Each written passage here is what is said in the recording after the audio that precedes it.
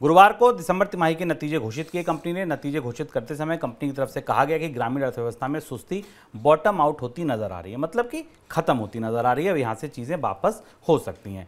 महंगाई को लेकर सबसे खराब दौर बीत चुका है, यह भी कंपनी की तरफ से कहा गया। कंपनी के मैनेजिंग डायरेक्टर संजीव मेहता का कहना है कि महंगाई में और कमी आती है तो भविष्य में कंपनी की बिक्री में बढ़ोतरी देखने को मिलेगी। दिसंबर तिमाही के दौरान एचयूएल का शुद्ध लाभ करीब 12% बढ़कर 2505 करोड़ रुपए हुआ और 16% की बढ़ोतरी कंपनी की बिक्री में दिखी, जो 15,000 करोड़ करीब पहुंच गई है।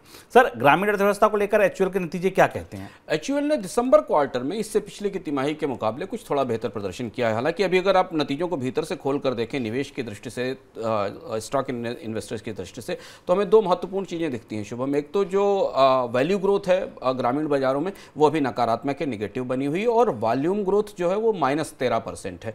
यानी अभी भी जितनी मात्रा में ग्रामीण इलाकों में एचयूएल के उत्पाद बिकने चाहिए उतनी मात्रा में नहीं बिक रहे हैं।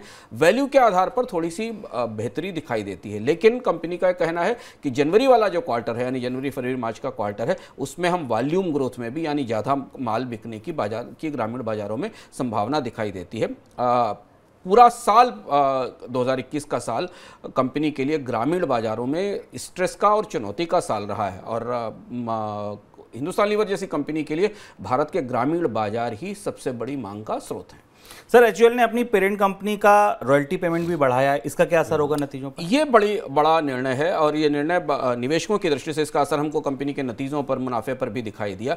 हिंदुस्तान लीवर यूनिलीवर कंपनी को, जो कि विदेश की कंपनी है, उसे अब अपने बहुत सारे उत्पादों पर रॉयल्टी देती है, और एक समझौता दोनों देश की कंपनियों के बोर्ड ऑफ डायरेक्टर्स के बीच हुआ था। उसके हिसाब से यूनिलीवर की फीस अब टर्नओवर की 3.45% होगी, जो पहले 2.65% थी, और ये काफ़ी बड़ी बढ़ोतरी है यूनिलीवर को मिलने वाली लाइसेंस फीस या रॉयल्टी में। और इसके कारण कंपनी की बैलेंस शीट पर उसका दबाव बनेगा, क्योंकि भुगतान यूनिलीवर को भेजा जाएगा। कंपनी का कहना है कि अगले 3 साल के भीतर क्रमबद्ध रूप से ये इस भुगतान में बढ़ोतरी को लागू किया जाएगा। यानी अगर आप हिंदुस्तान लीवर के निवेशक हैं, अगर स्टॉक निवेश करते हैं, तो वे मान के चलिए कि कंपनी की बैलेंस शीट पर इस रॉयल्टी पेमेंट का दबाव हमें आने वाले समय में अगले 3 साल तक दिखाई देता रहेगा। और इसलिए अगर हिंदुस्तान लीवर को मांग में, डिमांड में बढ़ोतरी नहीं मिलती है, तो कंपनी के नतीजे दबाव में रहेंगे।